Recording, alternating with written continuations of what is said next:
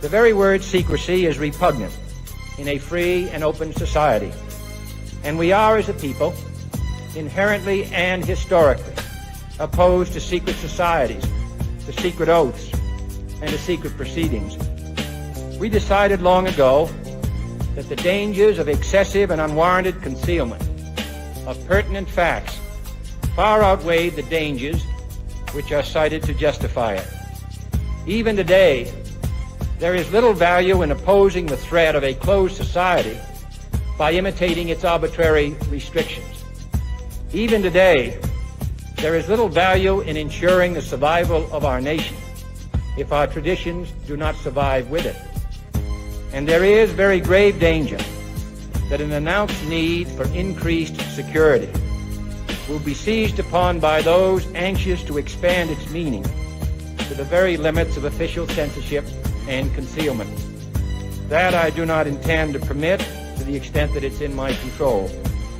And no official of my administration, whether his rank is high or low, civilian or military, should interpret my words here tonight as an excuse to censor the news, to stifle dissent, to cover up our mistakes, or to withhold from the press and the public the facts they deserve to know. For we are opposed around the world by a monolithic and ruthless conspiracy that relies primarily on covert means for expanding its sphere of influence, on infiltration instead of invasion, on subversion instead of elections, on intimidation instead of free choice, on guerrillas by night instead of armies by day. It is a system which has conscripted vast human and material resources into the building of a tightly knit, highly efficient machine that combines military, diplomatic, intelligence, economic, scientific, and political operations. Its preparations are concealed, not published. Its mistakes are buried, not headlined. Its dissenters are silenced, not praised. No expenditure is questioned, no rumor is printed, no secret is revealed. No president should fear public scrutiny of his program, for from that scrutiny comes understanding, and from that understanding comes support or opposition, and both are necessary. I am not asking your newspapers to support an administration, but I am asking your help in the tremendous task of informing and alerting the American people. For I have complete confidence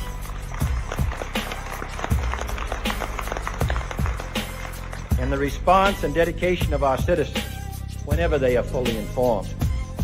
I not only could not stifle controversy among your readers, I welcome it. This administration intends to be candid about its errors. For as a wise man once said, an error doesn't become a mistake until you refuse to correct it. We intend to accept full responsibility for our errors, and we expect you to point them out when we miss them. Without debate, without criticism, no administration and no country can succeed, and no republic can survive. That is why the Athenian lawmaker Solon decreed it a crime for any citizen to shrink from controversy. And that is why our press was protected by the First Amendment, the only business in America specifically protected by the Constitution, not primarily to amuse and entertain, not to emphasize the trivial and the sentimental, not to simply give the public what it wants, but to inform, to arouse, to reflect, to state our dangers and our opportunities, to indicate our crises and our choices, to lead, mold, educate, and sometimes even anger public opinion. This means greater coverage and analysis of international news, for it is no longer far away and foreign, but close at hand and local. It means greater attention to improved understanding of the news, as well as improved transmission. And it means, finally, that government at all levels must meet its obligation to provide you with the fullest possible information outside the narrowest limits of national security. And so it is to the printing press, to the recorder of man's deeds, the keeper of his conscience, the courier of his news, that we look for strength and assistance, confident that with your help, man will be what he was born to be.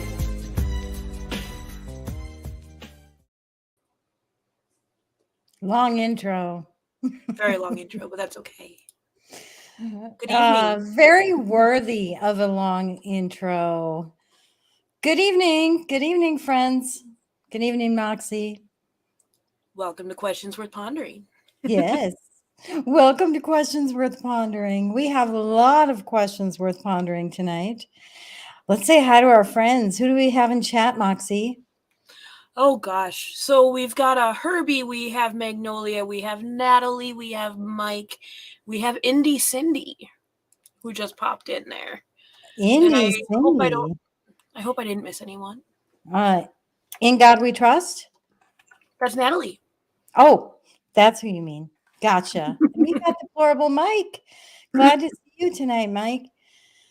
Indy, Cindy, welcome. Yeah, we've got a big show for tonight. We might need to do a continuation on Saturday. We'll have to see what we get through. So much information. So the questions we have worth pondering tonight are many. One is, when and how and why was the CIA formed? Right? What other questions around the CIA do you think we'll be talking about tonight, Moxie? What is their function? What is their function? What was their intended function versus what they actually do? Who commands them? Who commands them? Ooh, we have a lot of good questions worth pondering. All right. Should we start at the very beginning? That's a good place to start. Very good place to start. The origins. I don't know if you want to go first or if you want me to, but should we talk about maybe even what was before the CIA? We could. I didn't write any of that down. Okay, well, I've got a lot of info on that, and I know you've done a ton of research, so we'll have to hit your research too. One of the things, I think I see some folks on YouTube and Twitter as well. Welcome. I'm glad you joined us. Hey, is Deplorable Cowgirl on Twitter? She one of the ones on Twitter. We can't see who it is. We can't see who it is. All right. Yeah, we've got a lot. So I'm going to start with, I'm going to pull up my bookmarks. I've got a lot of bookmarks. I was just going to ask how many. Don't ask me how many. It's not 200 this time, though. That's good. Isn't that good? Exercising some restraint, I see. Yes. All right. So let me share my screen, and we'll go through some of these origins prior to the CIA. All right. So this first item that I have is actually, I have a lot of things highlighted in here that I kind of want to point out. There was like piecemeal intelligence, actually before I share, there was like piecemeal intelligence happening before World War II that that the government would use, and each organization kind of had their own intelligence, including the Army, the Navy, the FBI. We should do a show on the origins of the FBI. We could. We need to do that. Anyway, so yeah, the intelligence agencies kind of competed against each other in their intelligence, and they didn't really work together. And so that being said, during Franklin Delano Roosevelt's presidential term, he would go and meet with Churchill, and they talked about how during the beginning of World War II that the Nazis and Hitler kind of took over all these countries super fast. And they hadn't gotten to England and the UK, and but they had taken over like Poland and Germany and all of those different countries. And they started chatting about, well, how did Hitler do this? And they talked about all the propaganda he used and all of that. So there was a big push for the United States to be able to do that as well. And so with that, I'm going to go ahead and share my screen again, and we're going to talk about how that came about. So there was, right here I've got highlighted, faced with the German onslaught against the Western democracies, FDR committed the United States to their aid, so to the European countries' aid. And then when Britain was left standing alone against Germany, which is what I was just talking about, he called for all-out assistance short of war. They found out that that Hitler was using demoralizing propaganda and subversion. And so they learned that he was doing that. And I'm going to skip past some of this because it gives you all kinds of history on people. But basically, oh, well, I should probably introduce this guy. All right. So let's see, where does he? Okay. So in the summer of 1940, one of the special envoys that Roosevelt sent to London to encourage the beleaguered British to assess their ability to withstand a German onslaught and to find out what London had learned and was doing about the warfare, especially unconventional warfare. You know, we talk about unconventional warfare right now, but honestly, unconventional warfare has been in place for a long time, like since the 1500s, actually, based on some of my research.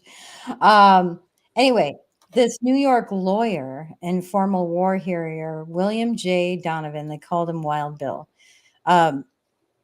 He was the person who was a special envoy for President Roosevelt, and it basically says that he wasn't even in Roosevelt's inner circle, but he sure became super influential. He didn't report directly to the president or anything like that. He had talks with the president in the past, but he was an envoy sent over to London to learn more about the war and what the Nazis were doing. So anyway, then they give you a ton of background on Donovan, but basically, what Donovan did is he had a Wall Street law firm, and he also used to be in the military, and so he continued his interests in military and world affairs. And he had overseas clients. London banks and British politicians were some of his clients. So the perfect storm was a brewing when they selected Donovan to be the envoy. So in 1940, after the fall of France, he joined the Fight for Freedom organization. And this was a foreign policy pressure group. Does that sound familiar? Foreign policy pressure group. That's why I highlighted this, because it kind of gives you some of this guy's background and a lot of things related to the person who actually implemented our first centralized intelligence agency. His background kind of feeds into, what they've become. It's a little bit convenient A that it little worked bit. out that way. Yep. So Roosevelt was a huge supporter of him. And here's the thing. It says he gained a major supporter in the Roosevelt administration in 1940. The supporter that he gained was this guy, Fred Knox. He was a newspaper publisher and a friend and admirer of Donovan's. Now, think of this. He was a newspaper publisher.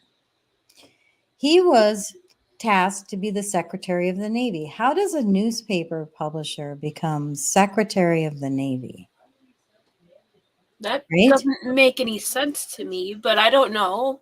I know. And I need to look into this guy, Frank Knox, because maybe he has a huge military background or something like that. But I just like, wow, it's kind of odd. Weird out of nowhere. Well, he happens to be a newspaper publisher, of all things.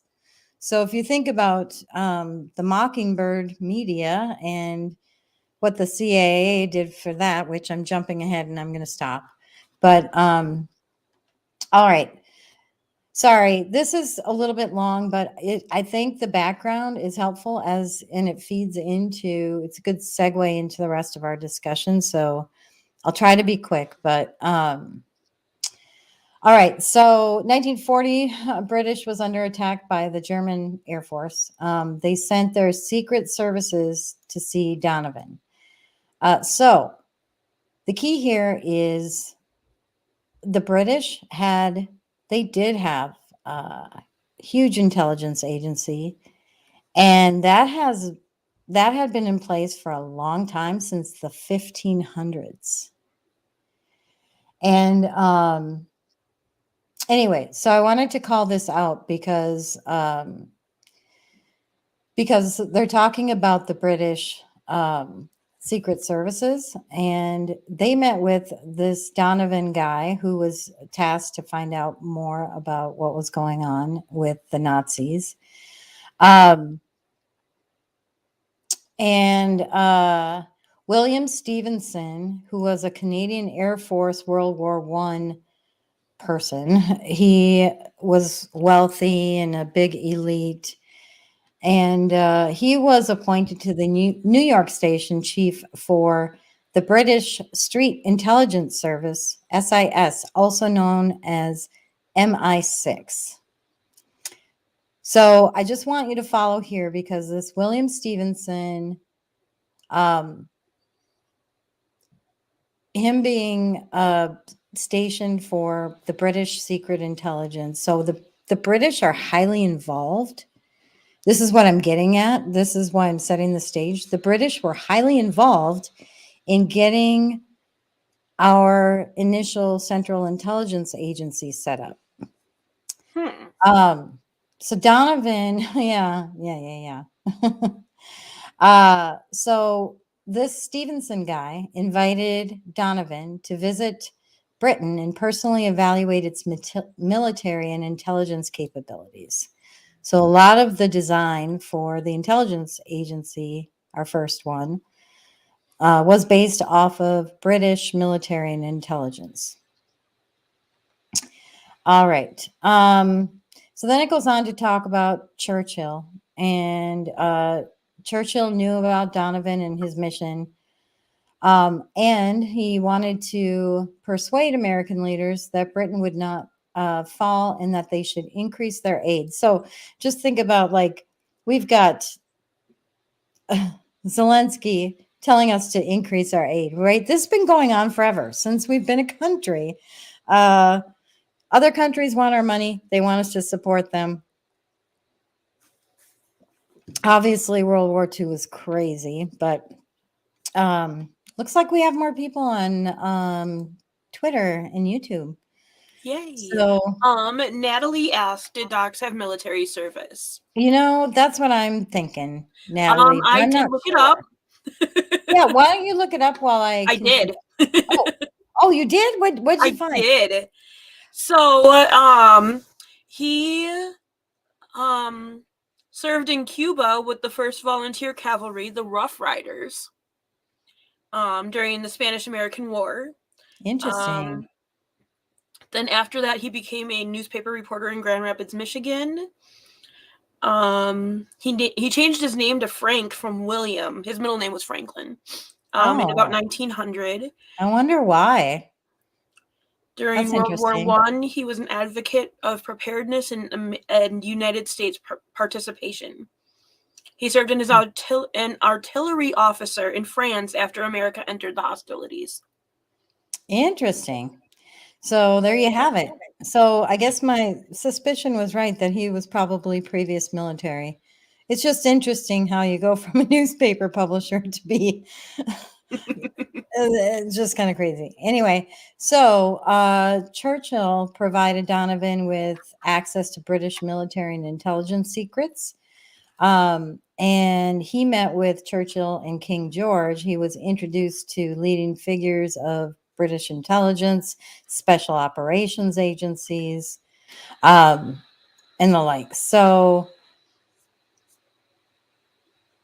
also, he was briefed on the new Special Operations Executive Commando Agency formed in 1940 by Churchill. So basically, he had all of this information on British intelligence. He was able to see their British intelligence. And it's really interesting because as you go through this, you'll see the impact. So Churchill adopted a new form of warfare, an unconventional subversive effort. So unconventional warfare, it's been around for a while. And honestly, I don't know, he adopted it, but he didn't invent it. So the secret, as I was doing some research into the secret intelligence agencies for Britain, they had been around for hundreds of years and doing unconventional warfare almost the whole time. So, all right.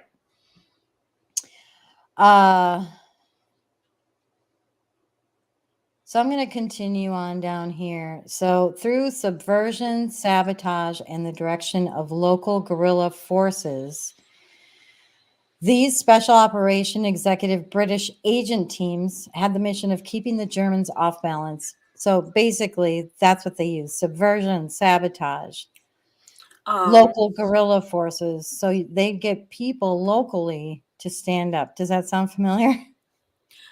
So I looked up just because I was really kind of curious as to what the definition of unconventional warfare is. So it says the USA Department of Defense defines unconventional warfare as activities conducted to enable a resistance movement or insurgency to coerce, disrupt, overthrow a government, or occupying power by operating through or with an underground auxiliary and guerrilla force in a denied area. Yes. Yes, exactly. Exactly. Thank you, Moxie. We have live digging happening on questions worth pondering tonight. So that's kind of fun. All right. So basically, Donovan then back in the US, Donovan asserted publicly both his desire of American aid for Britain and the need for new centralized American strategic intelligence agency to wage unconventional warfare, which is what you just defined. He argued that we needed a national agency to coordinate efforts to combat and employ these new forms of warfare. He urged a centralized intelligence agency capable of gathering, analyzing, and acting on intelligence, including the use of propaganda to undermine the will of America's enemies and sabotage and guerrilla operations to impede their military capabilities. Okay. So this Donovan, then I'm going to go continue down. I'm so glad I highlighted the parts I wanted to call out. I don't have easier. I know that we're already 24 minutes in, and I know this is a lot, and I have a lot more bookmarks, and I don't usually like to sit and read, but I think this gives a really good background. And I think it's important too. Yeah. So anyway, beyond the array of civilian and military units, there was no central coordinating body for sorting, evaluating, and summarizing the masses of information they obtained. That was their business case for creating a centralized agency, really to coordinate all the information into one place. And that just sounds like it makes sense, right? I mean, Until you find out what they actually did. So here's the thing: the Army and the Navy, the military was so against this. They did not want a centralized intelligence agency. They were reluctant to employ spies to conduct other undercover operations, and they were relatively unconcerned with psychological, social, or economic intelligence. So they did, it does say here they achieved major successes, but there's a big section in here about how much they were against and fought back against the centralized intelligence. I mean, back at this point, we already knew central banks were no good. Yeah, that's true. I mean, The central we started banks the have third already. one in 1917. Or, Yeah, sorry, I was going to 1913. say, yeah, the central bank had already been formed and the Fed and all of that. All right. So, anyway, December 1940, a month after Roosevelt had his third term, he sent Donovan then back to Britain. When he got back, he concluded that the United States needed a central national intelligence and covert operations agency. So, I'm going to go past some of this. Again, it says it was vigorously opposed by existing intelligence agencies, especially the Army and Navy, and also the State Department, if you can believe it, and the FBI. So J. Edgar Hoover was really against having a centralized intelligence agency. And So amazingly, he took the fall for the Great Depression. Yeah. The agencies resisted, and Roosevelt became increasingly irritated at being forced to arbitrate their squabbles. So he was irritated with them. And then suddenly, the American and British military staff started holding joint meetings in January of 1941. So, to their dismay, they did start holding joint meetings with the British. And they had post-war aims, goals that included freedom of speech and religion, freedom from fear and want, freedom of the seas, free trade, self-determination of people. That sounds like great goals, doesn't it? Mm-hmm. Theoretically. All right. So he worked with Knox, and he came up with a proposal, and a number of people were endorsing it, including that docs, and then the president's speechwriter. Like, why would a speechwriter need to? A Supreme Court justice, shockingly. Anyway, so they were pressing for it, and then there were, of course, the British officials, William Stevenson, which we mentioned, and then there was this Admiral John Godfrey. The British was annoyed also with the U.S. armed forces fighting each other, and not wanting to join in. Oh, the British were frustrated with that. Isn't that interesting? It says that it hampered effective Anglo-American cooperation. Consequently, though, they joined in encouraging a centralized. So there was a lot of pressure.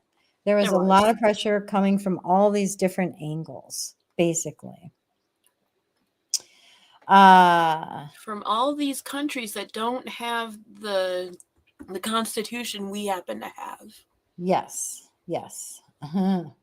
All right. This is just more pressure, and then Roosevelt finally had agreed to a new intelligence organization, and he chose none other than Donovan to head it. So this is what I was super curious about, because he was an envoy that had to go and find out what was going on with the Nazis, had to help make a proposal as to what the country needed, and then suddenly the same guy that does all that research is put as the head of it.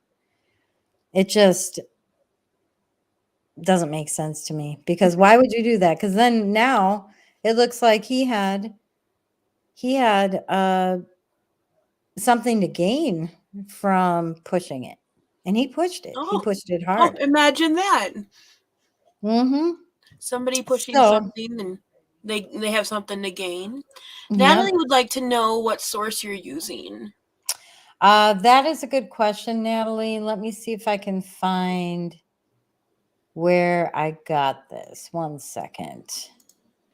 This is from a book entitled, so I've been doing a lot of research and I've been grabbing a lot of books. I've bought a lot of books, but this book is called National Security and Double Government. And this is chapter 1 of that book.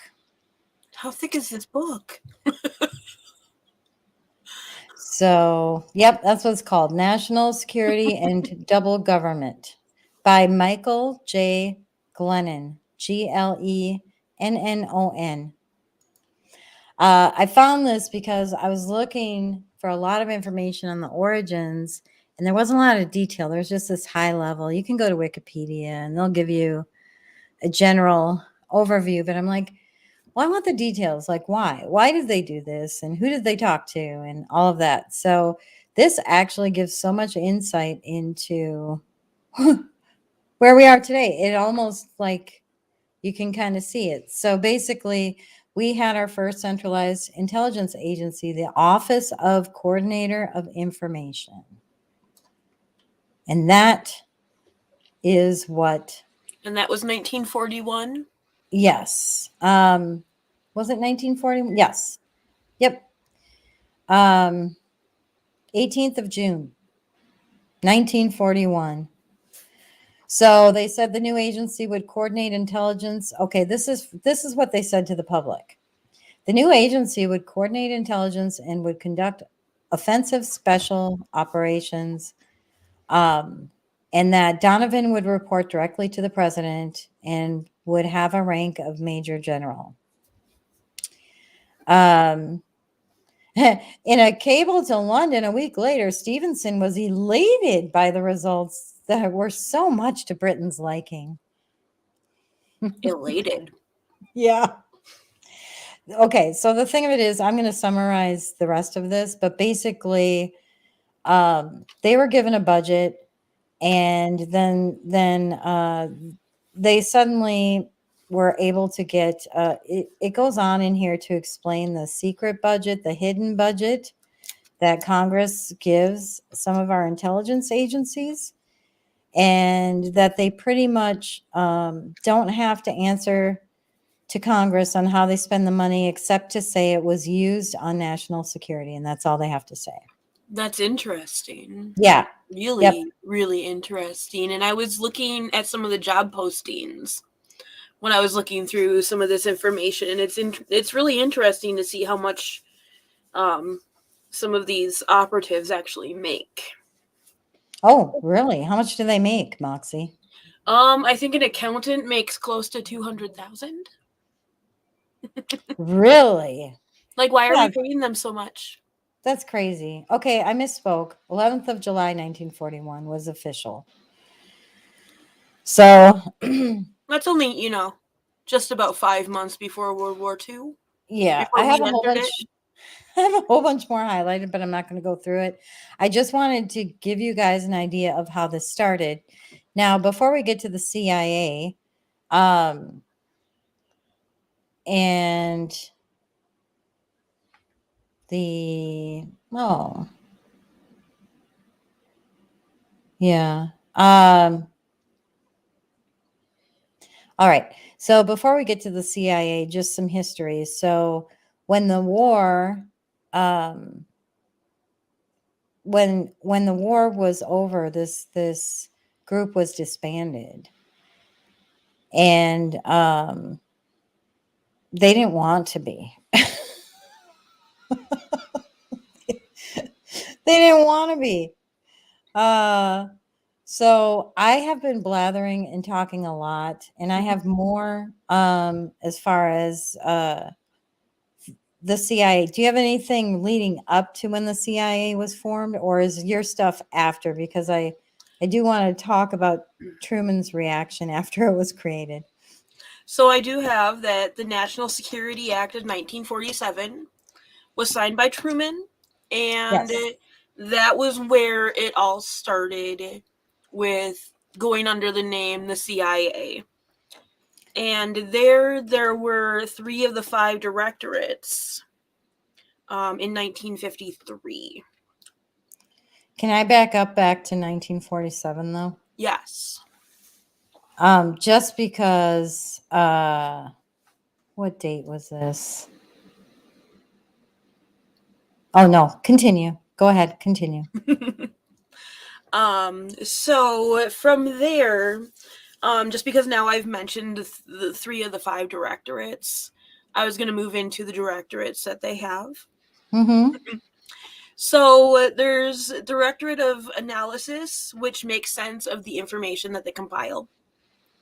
There is the Directorate of Operations, which collects intel from human sources, covert action, and they're directed by the president. The Directorate of Science and Tech, which is innovative scientific engineering tech solutions to support the missions. The Digital Innovation, which obviously came later. Which is cybersecurity, IT, and infrastructure. Mm-hmm. And then the Directorate of Support, which is security, supply chains, facilities, financial and medical services, business systems, human resources, and logistics. Curious. Is this what was put in place at the very beginning? All of those? I think that it was the first 3 of those: the analysis, the operations, and then the science and tech. Gotcha. It could have been the support. But that's more like the security and stuff like that they, and then making sure that, they've got their medical services and human resources. I didn't know if that meant like the HR department or the resources that are humans. Oh.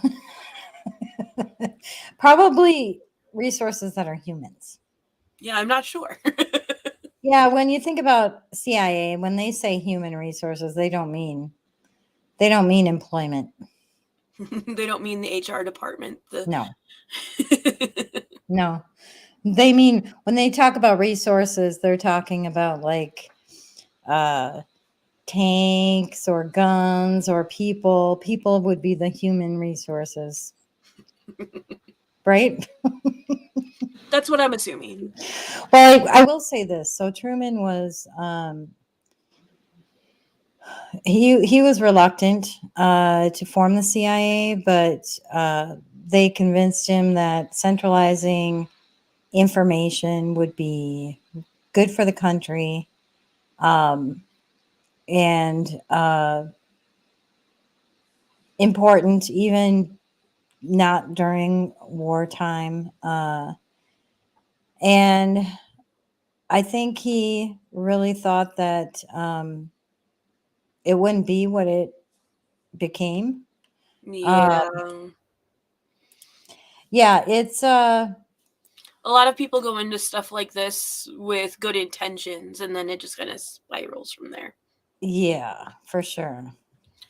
So, all things made with good intentions can be twisted by the right people to be bad. Yes, yes. So, yeah, it's just interesting how it was formed, and the whole Act of 1947. whenever they put something in place where it's for national security or to protect Americans, usually what happens is we lose freedoms in order to do that. So, yeah. Well, the war ended in 1945, and that OS. Well, it also turned to OSS. Was the name of the organization before it disbanded. And one of the things I learned is that it included, there were so many people that they pulled in. They held so much power for like parties in DC. They pulled people in that had power in politics, banking, the media, Hollywood, everything. So they had a nickname for it. It was OSS was considered oh so social. They also had psychologists as a part of that, and they put forth a thought about let's have Hitler watch a bunch of porn so we can demoralize him. I don't know what to do with that information. I know, but back to Truman, like he saw what happened with Hitler, and he literally expressed concerns. He did not want a Gestapo in the United States. And he said there was way too much power in the hands of unelected officials with secret information. Yes. So he did sign an executive order disbanding that organization. And sorry, I went back to the OSS, but I'm like, I wanted to cover that because I thought the Oh So Social was pretty funny. But when the FBI or when the CIA was formed, a lot of people who were involved with the OSS were also put into the CIA. Yes. So yeah, and it wasn't formed like the Act of 1947. I mean, that was only 2 years after the war ended. So yeah, it came on pretty fast. So those folks involved in that were determined to not have their rule end. And right away, they right away immediately they were involved in shenanigans.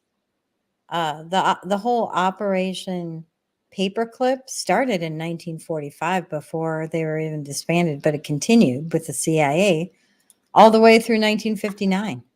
Yeah. And they were involved in the Italian elections. They were involved in a coup in Iran, a coup in Guatemala, Congo, Chile. They were involved in all these coups. And of course, you can't forget Ukraine in 2014. And they tried so hard in Russia and never succeeded. But yeah. Anyway, sorry, I interrupted you. I want to talk about all the programs they've had over the years, but go ahead and continue, Moxie. So I decided to go and just look up what is the purpose of the CIA, just to see what Google would tell me. Google took me to the CIA.gov website. Of course. And the pop-up that first comes up when you go there is, we are the nation's first line of defense. The next slide, well, I mean, I'm gonna pull that up. It says, we give U.S. leaders the intelligence they need to keep our country safe. And then I don't remember exactly what I typed in, but something else. Yeah, look at this. Wait, before you continue. The nation's first line of defense. We accomplish what others cannot accomplish and go where others cannot go. So, do you see what's up in the corner? Top right-hand corner? Report information. Wow. Yeah. Let's see what happens. Threats inside the United States. I thought we weren't supposed to be doing things in Well, the United States. They are referring you to the FBI. Okay, fair. Because they know they have to. So, speaking of the FBI, I asked what the function of the CIA is. Mm-hmm. And the FBI.gov website popped up and said, there's no law enforcement function, rather it collects information that is vital to U.S. policy. And then a direct quote, the CIA collects info only regarding foreign countries and their citizens. So, oh my goodness. You should have sent me the website. I want to see that. So let's see. Search. CIA? Yeah. I think I said CIA function. Function? We're using Google. How does the FBI differ from CIA? Is it maybe that? It could be that.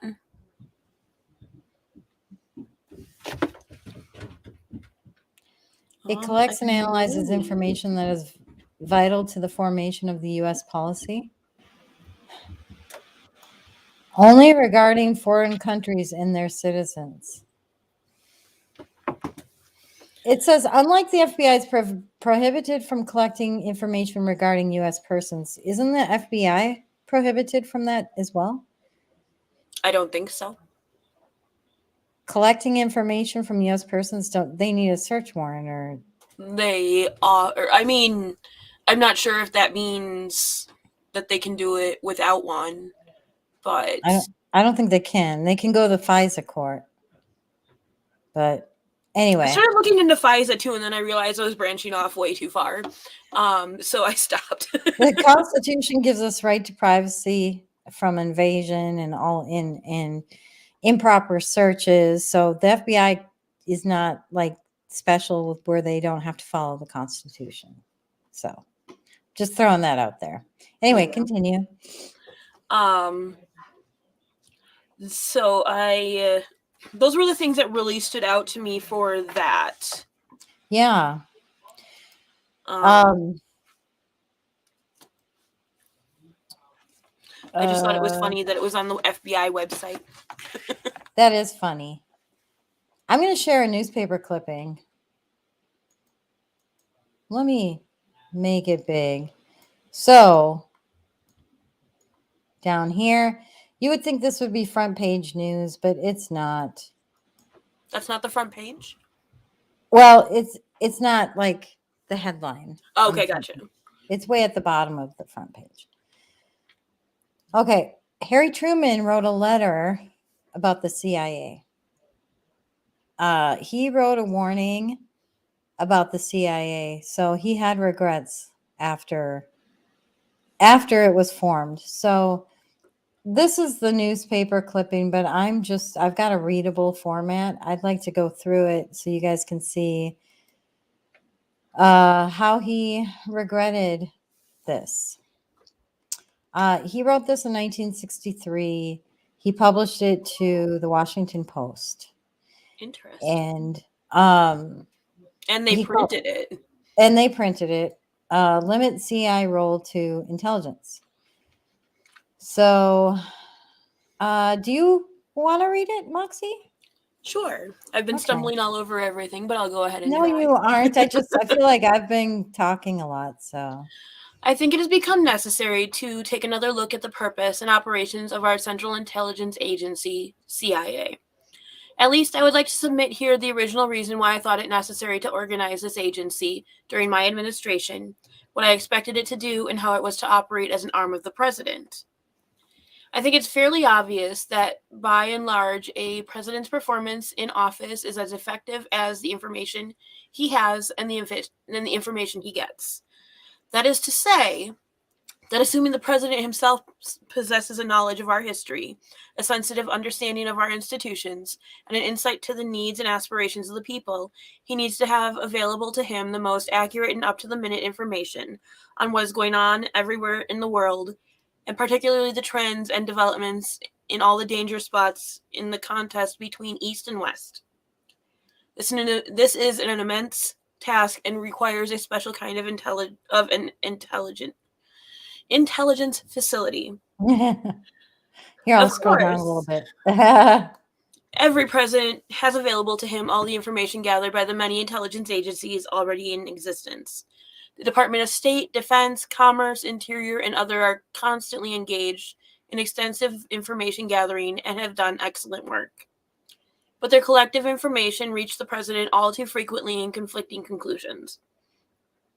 At times, the intelligence reports tended to be slanted to conform to established positions of a given department. This becomes confusing, and what's worse, such intelligence is of little use to a president in reaching the right decisions. Therefore, I decided to set up a special organization charged with the collection of all intelligence reports from every available source, and to have those reports reach me as the president without department treatment or interpretations. I wanted and needed the information in its natural raw state and in comprehensive a volume as it was practicable for me to make full use of it. But the most important thing about this move was to guard against the chance of intelligence being used to influence or lead the president to unwise decisions, and I thought it was necessary that the president do his own thinking and evaluating. Since the responsibility for decision-making was his, then he had to be sure that no information is kept from him, for whatever reason, at the discretion of any one department or agency, or that unpleasant facts be kept from him. There are always those who would want to shield a president from bad news or misjudgments to spare him from being upset. Mm-hmm. For some time, I have been disturbed by the way the CIA has been diverted from its original assignment. It has become operational and at times a policy-making arm of the government. This has led to trouble and may have compounded our difficulties in several explosive areas. I never had any thought that when I set up the CIA that it would be injected into peacetime cloak and dagger operations. Some of the complications and embarrassment I think we have experienced are in part attributable to the fact that this quiet intelligence arm of the president has been so removed from its intended role that it's being interpreted as a symbol of sinister and mysterious foreign intrigue and a subject for Cold War enemy propaganda. Yeah. All right, we're almost done. With all the nonsense put out by communist propaganda about Yankee imperialism, exploitative capitalism, warmongering, monopolists, in their name calling assault on the West, the last thing we needed was for the CIA to be seized upon as something akin to a subverting influence in the affairs of other people. I well knew the first temporary director of the CIA, Admiral Sowers, and the later permanent directors of CIA, General Hoyt Vandenberg and Alan Dulles. These were men of the highest character, patriotism, and integrity, and I assume this is true of all those who continue in charge.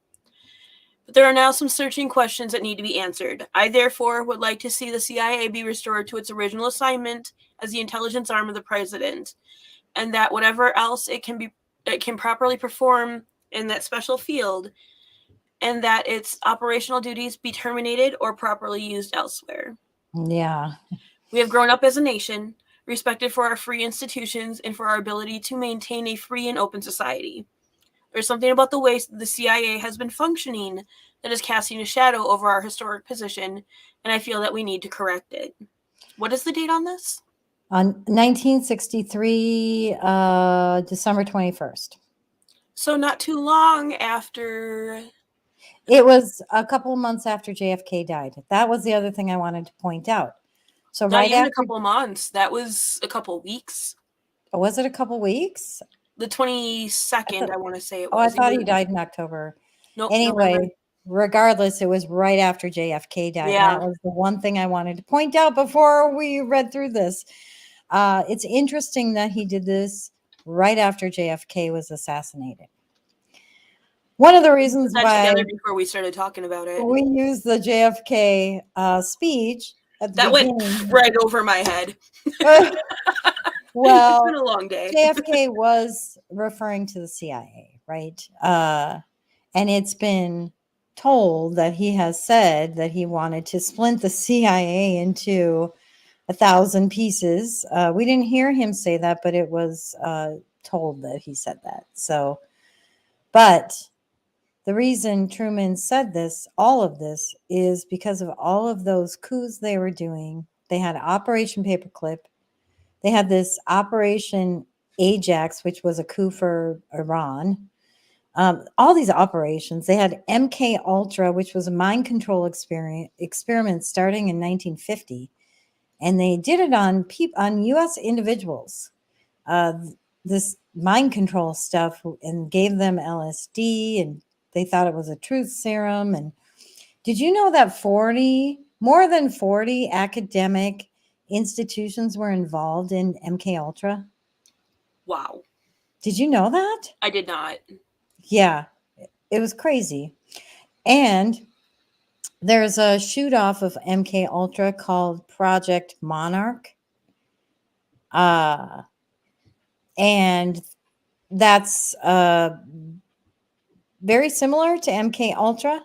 They work to try to split people into multiple personalities. And there are reports of sexual abuse and pedophilia and stuff like that with all of that too. I'm not going to say any more about that. There's more to come on that one. And they were involved in the Bay of Pigs. They had Operation Mockingbird, which was the media. Bill Colby, who was a part of it, admitted to killing more than 20,000 people. So they have become. They had Operation Chaos, which the CIA was spying on protesters for the Vietnam War.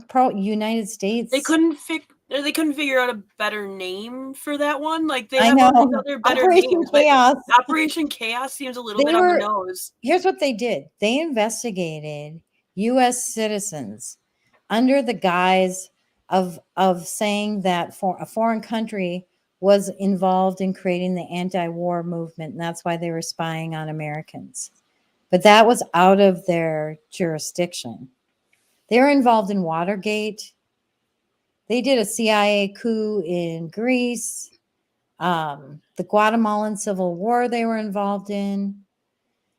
And so with Watergate actually inspired the FISA Act, or the Foreign Intelligence Surveillance Act, which then turned into really. So what happened there? So how did Watergate? So I scribbled that all out at the bottom here, but how did going too deep. And how did Watergate though be the impetus for FISA? So they wanted to make sure that the stuff that happened under Nixon didn't happen again. So they wanted to make sure that, we could go ahead and look into this stuff, because that makes sense. It was signed by Carter in 1978. It was actually brought forward by a Ted Kennedy. That's interesting. By Ted Kennedy, really? Wow. So then there's been a few major amendments to that, which would be the ones that we're used to hearing about would be the USA Patriot Act. Yeah, I mean, the FISA, the Patriot Act, all of these things are the Protect America Act of 2007. They're chipping away at our freedoms. The FISA Amendment of 2008. Well, there's been amendments, huh? And what have these amendments? Act that was in 2015. Wait, what have these amendments amended? That's all under the FISA. Yeah, but I mean, like, what did they add? Do you know? Well, the Patriot Act, we can no longer, go to an airport without being searched. Sometimes. Oh, I know, but that's not a part of FISA, right? No, but this is all amended to the FISA stuff. Oh, the Patriot Act is part of that? Really? It's See, I need amended to dig into yeah. that a little more. I mean, I That's know what I about it. found today. When they were putting the Patriot Act out there, immediately the first thing that me and my mom were talking about was they're going after our freedoms. That was the first thing, you know. So, that's interesting. Well, you know, in 1975 they did that investigation. The church committee. I don't know if you remember or heard of the church committee, but Frank Church basically put it forth, was ahead of the committee that wanted to investigate the FBI, domestic intelligence operations, CIA, FBI, NSA. They had assassination plots. They were spying on Americans. They targeted MLK, JFK. They targeted war protesters. They intimidated people. They planted journalists within our newspapers. And, but I've got a list of the findings that the church committee had. Their finding was an unelected group of government employees used massive power and resources to pursue programs that were illegal, unethical, and out of line with American values and norms. And they did it in secret without accountability. And U.S. Congress gave them money and turned a blind eye. That was the church committee's summary. That was a summary of their findings. Yeah. So they bribed people. They bribed lawmakers to prevent them from going after them. There's this guy. Let me look at my notes. What was his name? Oh, okay. There was this guy in the CIA. His name was James Jesus Angleton. And he said they could pretty much do anything. They could hear and see everything that was happening. And what the CIA told him is they quoted something he told his wife the night before when they were in bed, just to show him that they see and hear all. That is wow. Yeah. So, wow. Yep. And this Angleton guy was a bad dude in the CIA. He held like JFK. He bribed JFK. He held his affairs over his heads, and it was crazy. Yeah. Sorry, I'm blathering again. Go ahead. I'll let you. Natalie says, so corrupt. Bush Sr. was head of the CIA for a period too, right? Yes, he was. He was, I think he was a part of he didn't head up, I think in the beginning when it was formed. But yes, was he a director at one point? I think he was. I think so. And you know who else was? Who? Pompeo. Yep. Trust Kansas, right? You know, and I know Trust Kansas, and I loved Pompeo the whole time. I don't know what's going on there. You know, I think because like he was really, I posted this video. I know a lot of people are against him, but I posted that video to remind people, like when the press was going after them during the before Biden was sworn in, he said, yeah, we're going to have a smooth transition to a second Trump term, you know, like, so I don't know what's going on with him. And just remember, yes, there's the CIA infiltrates, and this could have been an infiltration, but at the same time, you know, good guys can infiltrate too. So that's a hard one. It's a tough one. I'm on the fence with him. So, do you have more? I don't. Okay, I do, because I have just a couple more things. Actually, you do. Well, I kind of do, but I kind of don't. You kind of do. I have one thing. I have a video I want to share. So there was this dude Larry McDonald, and he was I'm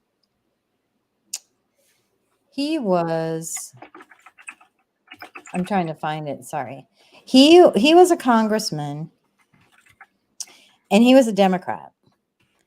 But if you listen to him talk, he was a very conservative Democrat, and I'm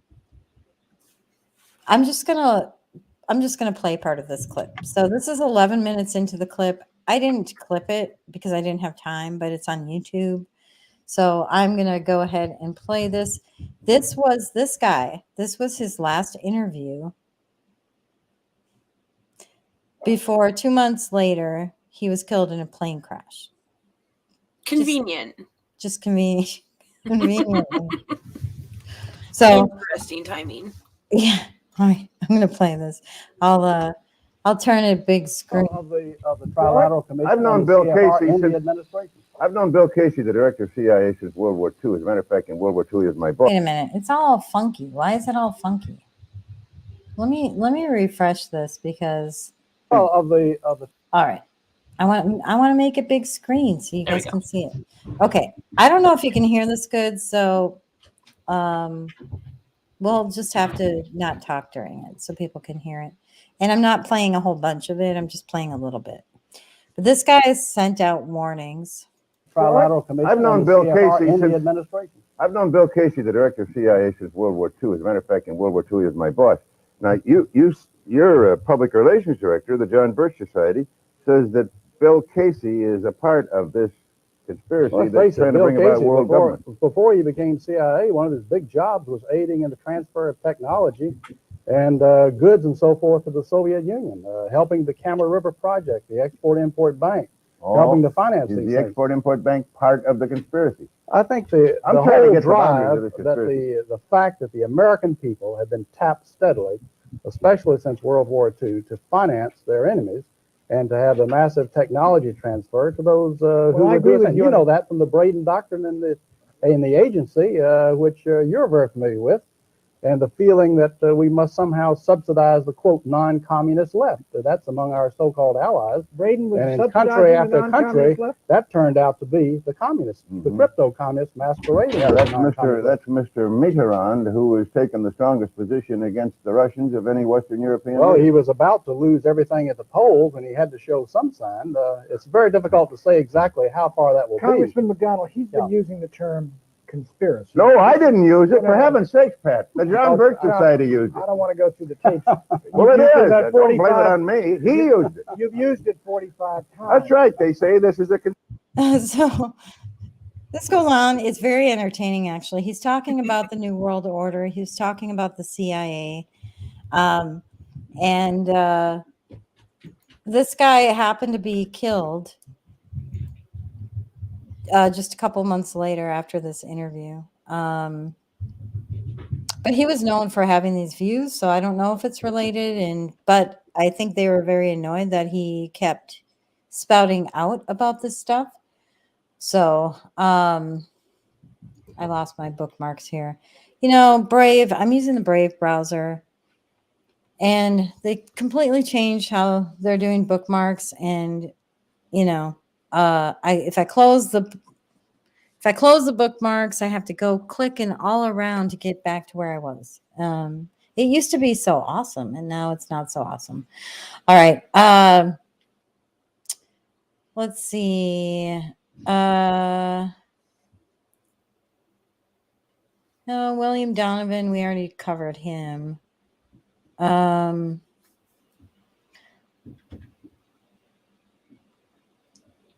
So the whole reason this all came about was because something happened to come out last week about January 6th. The story continues to go on and get weirder. Oh, yes, January 6th. Sorry, I'm in full screen. Sorry, guys. I'm trying to organize my thoughts. Oh my goodness. All right. So yes, go ahead. Why don't you set the context for this video we're going to show? So we've heard all of the weird things coming out about January 6th, and it just keeps getting weirder and weirder.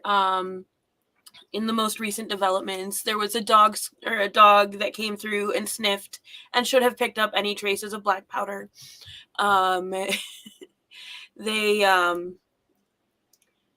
let's see. Oh, the bomb wasn't actually at the RNC. It was across the alley at something. Oh, the J6 bomb. Yeah, and we talked about this one in our J6. Go ahead.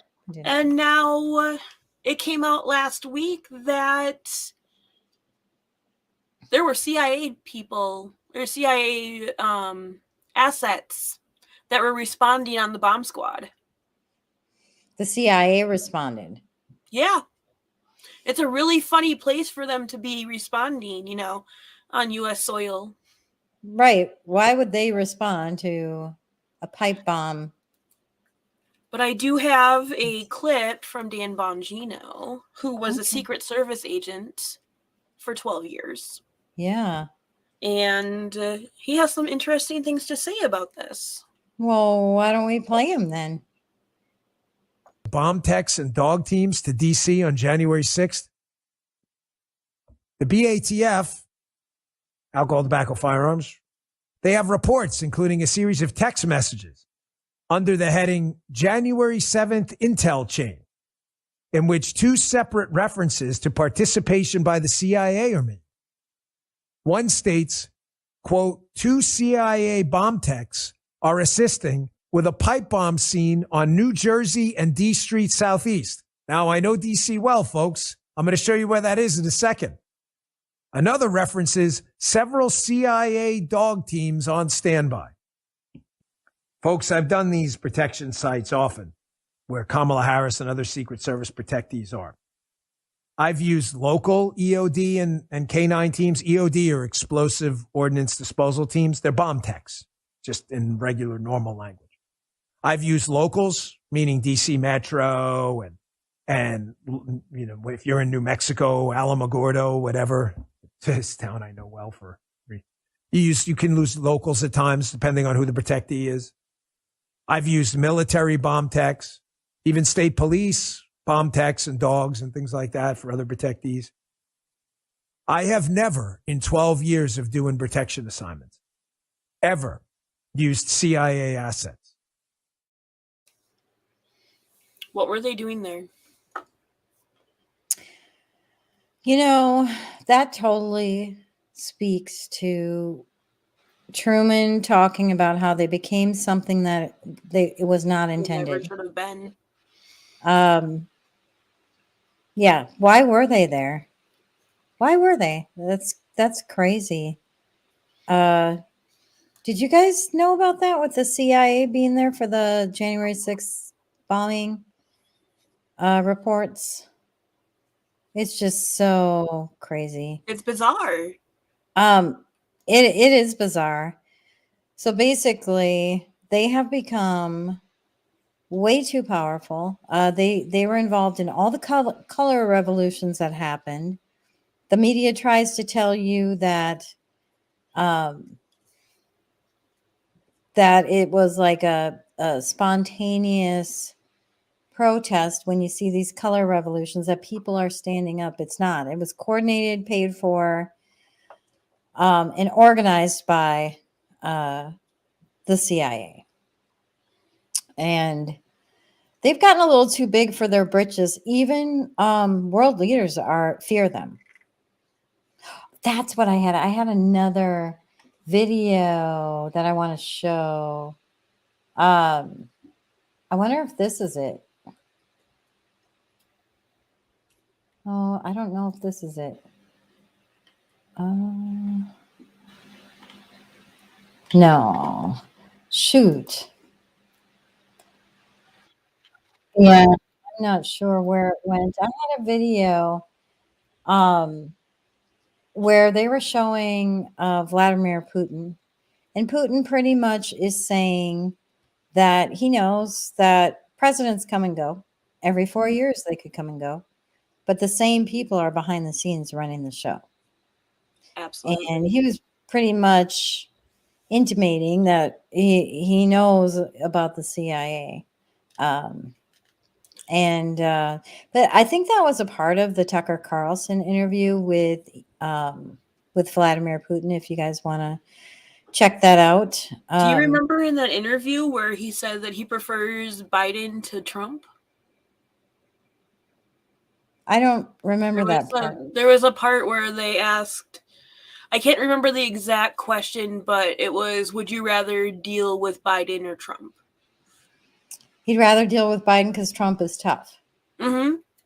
So, Biden's not but gonna everybody stop him says from that doing Trump's in anything. bed with him. Don't you know? Oh my goodness. Oh my gosh, guys.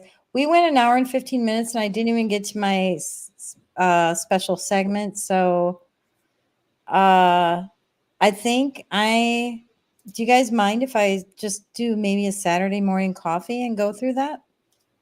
What do you think? That could be fun. Would you guys be okay with that? Because we went so Way long. over.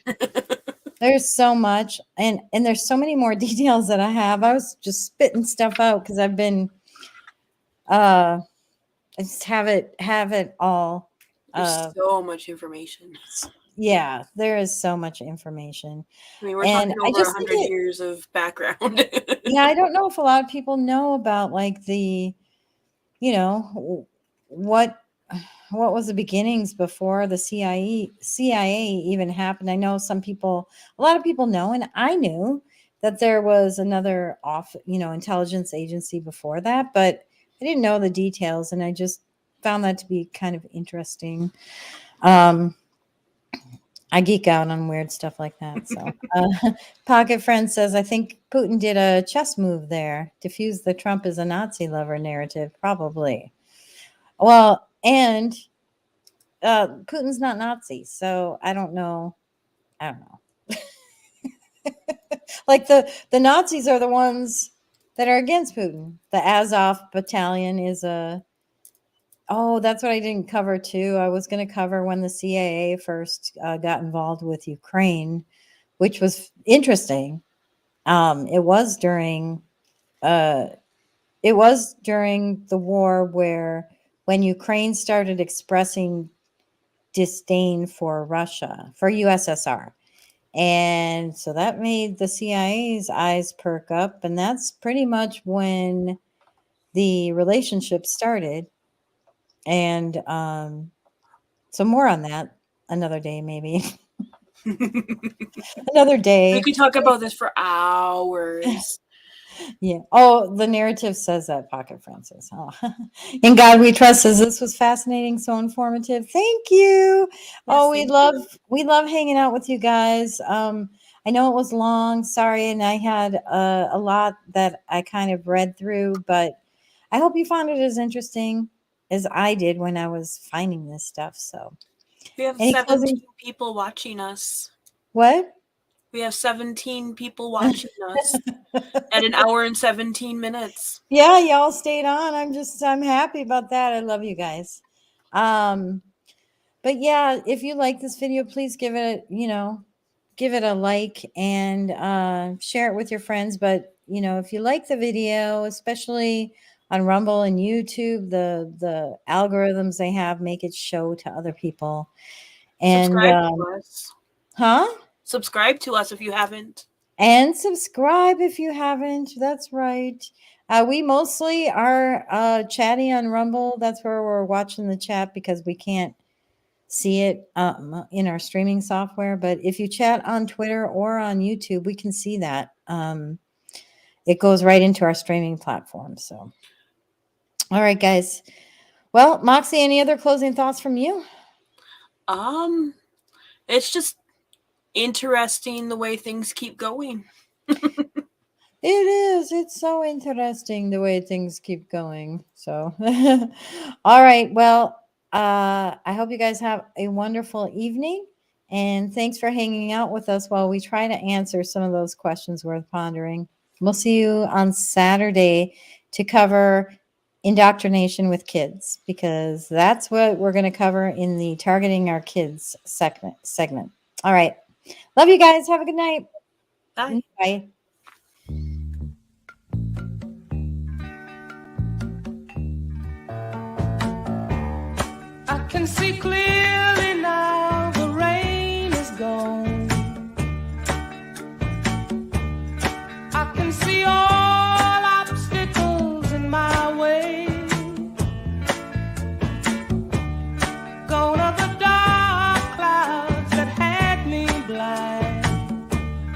gonna be